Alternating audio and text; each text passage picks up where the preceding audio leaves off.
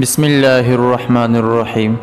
السلام علیکم دوستو، آج میں آپ کو اس ویڈیو میں بتاؤں گا کہ عزازیل کون ہے اور وہ کس طرح ملعون ہوا، اور شیطان نے اپنے اوپر 1000 برس تک لعنت کیوں کیا جس کی وجہ سے وہ ملعون ہو گیا۔ دوستو، اگر آپ ہمارے چینل پر نئے ہیں تو ہمارے چینل کو سبسکرائب کر دیں اور ساتھ میں بیل آئیکن کو دبا کر آل پر کلک کر دیں تاکہ ہمارے ہر نیو ویڈیو کا نوٹیفیکیشن سب سے پہلے آپ کو مل سکے۔ اس سبسکرائب سے آپ کا کچھ نہیں جاتا لیکن ہماری حوصلہ افزائی ہو جاتی ہے۔ حضرت اسرافیل علیہ السلام نے لوح محفوظ میں دیکھا کہ ایک بندہ اللہ تعالیٰ کی 80,000 برس تک عبادت کرتا ہے، پھر اللہ تعالیٰ اس کی عبادت کو رد کر دیتا ہے اور اس کو ملعون بنا دیتا ہے۔ حضرت اسرافیل علیہ السلام اس خوف سے رو پڑے کہ کہیں وہ بندہ میں ہی نہ ہوں۔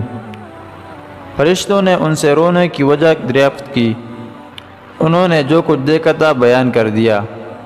اس پر تمام فرشتے بھی رو پڑے، ہر ایک اس خوف سے رویا کہ کہیں وہ بندہ میں ہی نہ ہوں۔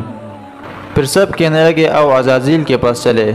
اس وقت شیطان کا نام عزازیل تھا کیونکہ وہ مستجاب الدعوات ہے تاکہ وہ ہمارے لیے دعا کرے۔ چنانچہ اس کے پاس گئے اور اس سے ماجرا بیان کیا۔ اس نے کہا اے اللہ تو ان پر عذابناک نہ ہو۔ اس نے ان سب کے لیے تو دعا مانگی اور اپنے نفس کو بھول گیا، کیونکہ اس نے یوں دعا نہ کی تھی کہ اے اللہ ہم سب پر عذاب نہ کرنا۔ اور بعض کا قول ہے کہ ابلیس نے جنت کے دروازے پر دیکھا تھا کہ اللہ تعالیٰ کا ایک مقرب بندہ ہے، اس کو ایک حکم ہوتا ہے اور وہ بجا نہیں لاتا۔ ابلیس نے کہا اے رب مجھے حکم ہو تو میں اس پر لعنت کروں، چنانچہ 1000 برس تک خود ہی اپنے اوپر لعنت کرتا رہا۔ پہلے آسمان پر اس کا نام عابد تھا، دوسرے آسمان پر اس کا نام راکع تھا، تیسرے پر ساجد، چوتھے پر خاشع، پانچویں پر قانت، چھٹے پر مجتہد، ساتویں پر زاہد، پھر اس کے بعد اس کا نام ابلیس تھا کیونکہ وہ اللہ تعالیٰ کی رحمت سے نا امید تھا۔